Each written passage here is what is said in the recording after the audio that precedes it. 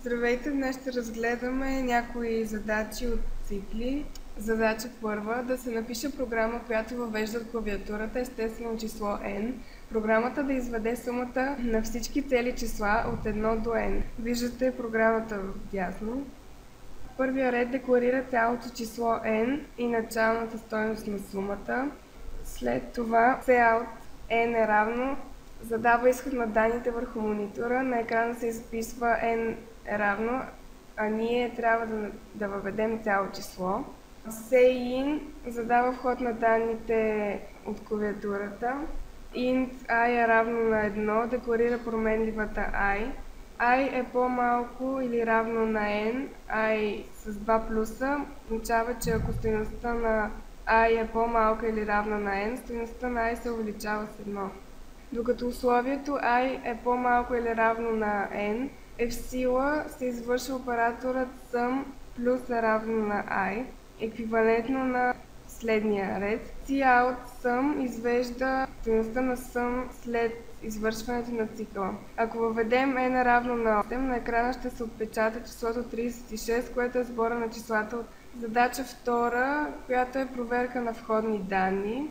Ако след въведете число, въведем отрицателно число, на екрана ще се изпише съобщение за грешка и след това за повторно въвеждане на число. И след това съобщение за повторно въвеждане на число. Съобщението грешка въведете число ще продължи да се появява, докато не въведем число по-голямо от 0. Ако въведеното число е по-голямо от 0, то тогава се извършва операторът cout корен от хикс, който намира неговия корен. Да обърнем внимание на директивата include_math, която е необходима, защото ще ползваме оператора за квадратен корен. Задача трета, това е програма с вложени цикли. Тя отпечатва цифрите от 0 до 9 3 пъти. For задава тялото на цикъла да се изпълни 3 пъти. Следващия ред задава отпечатването на цифрите от 0 до 9.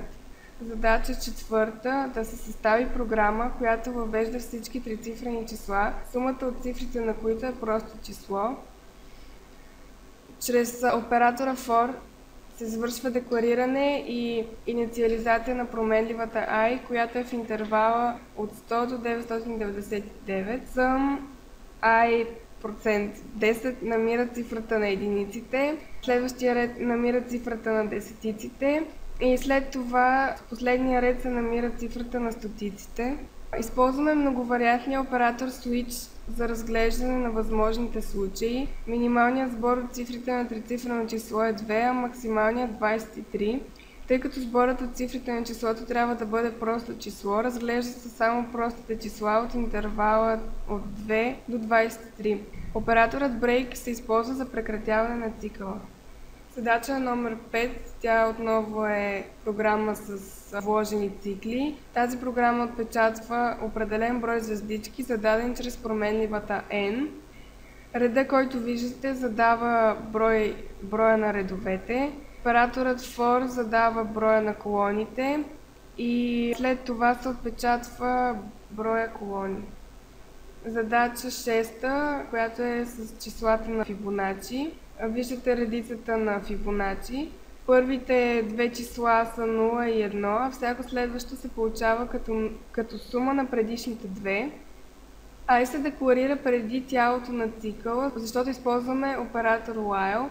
Чрез променливите F0 и F1 се извършва декларация и инициализация на нулевото и на първото число. Ако следното условие е вярно, Fn приема стойност 1. Ако следващото условие е вярно, Fn приема стойност 0.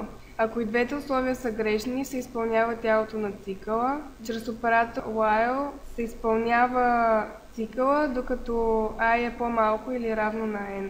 Чрез следния ред стойността на всяко следващо число се получава като сума на предходните две. Последните променливи наричат се двойка гонещи се променливи, като на даденото число се присвоява следващата стойност. Новоизчислената стойност Fn отива в F1. i++, ако условието е изпълнено, i се увеличава с 1 и цикълът се повтаря. И след това се отпечатва стойността на Fn.